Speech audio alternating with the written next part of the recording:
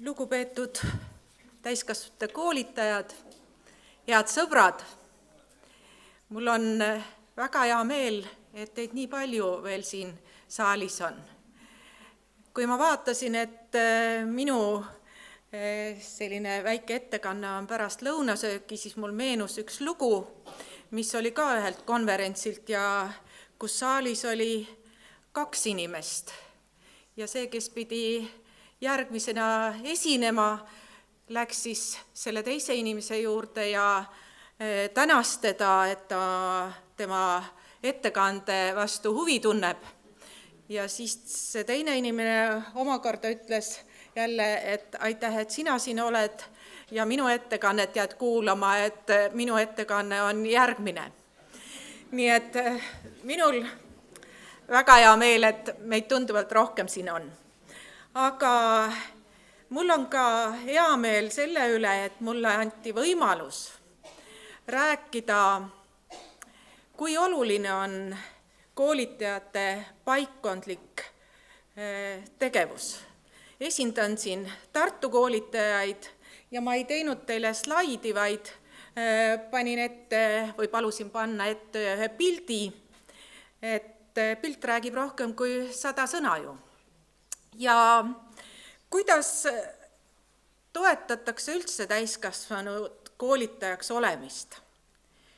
Meil on täiskasvanute koolituse seadus, meil on kõrgharidus andragoogikas nii bakalaureuse kui magistri tasemel, meil on kutsestandard ja kutse taotlemise võimalus, meil on täiskasvanute koolitaja eetikakoodeks, meil on katusorganisatsioonid, eelkõige Andras, Vabaharidusliit, Andragoogide liit, aga viimasel ajal ja mitte ainult viimasel ajal on päris palju ka koolitusi, mida koolitajatele korraldatakse, on meistriklassid ja nüüd tõepoolest viimasel ajal on tekkinud siis need paikkondlikud kogukonnad ja see on täiskasvanute koolitaja professionaalsuse seisukohalt väga oluline. Et miks Tartus selline klubi loodi? Eelkõige sai see alguse sellest, et oli 3 sellist aktivisti. Need olid Marika Kaasik, Sigrit Aruväli ja teie ees olija, kes leidsid, et küll oleks tore ka teised koolitajad kokku kutsuda ja omavahel neid küsimusi arutada.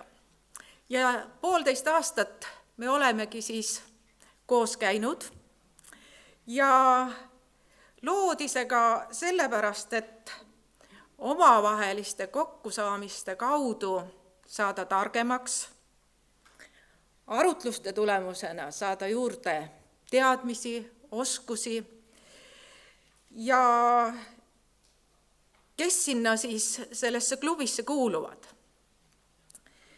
Eelkõige kuuluvadki sinna koolitajad, kes peavad oluliseks oma professionaalset ja sotsiaalset identiteeti.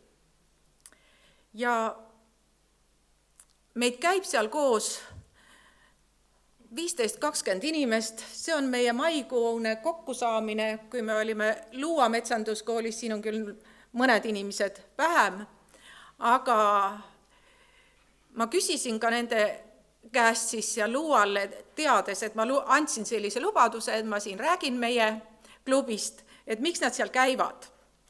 Ja nad tõesti ütlesid, et nad käivadki sellepärast, et seal on toredad inimesed, seal on väga tore mõttevahetus ja kuidas need teemad meil tekivad. Me oleme algusest peale ka kokku leppinud selles osas, et kuigi on need 3 inimest, kes seda enam-vähem veavad, siis iga kord on keegi, kes teatud teemat käsitleb. Ja selle teemakäsitluse puhul siis ta kõigepealt räägib oma koolitajaks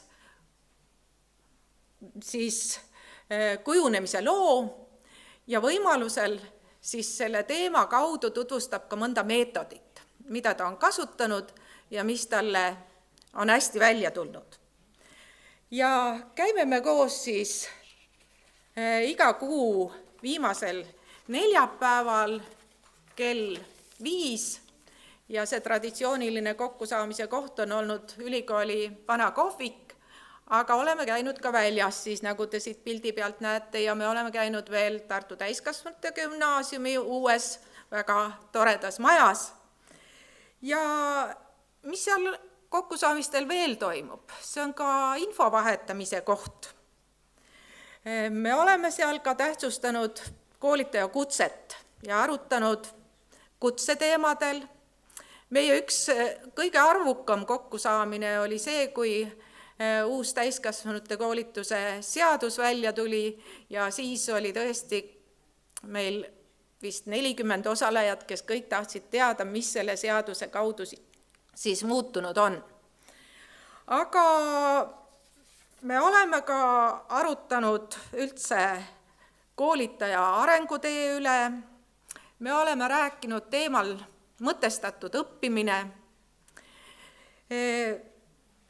siis on toimunud ka mõtisklus pedagoogika, andragoogika ja heutagoogika teemal ja kuidas üldse olla hea koolitaja.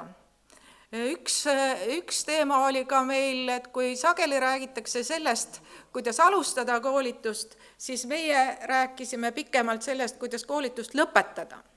Ja me saime väga palju häid näiteid, häid kogemusi, kuidas seda teha võiks.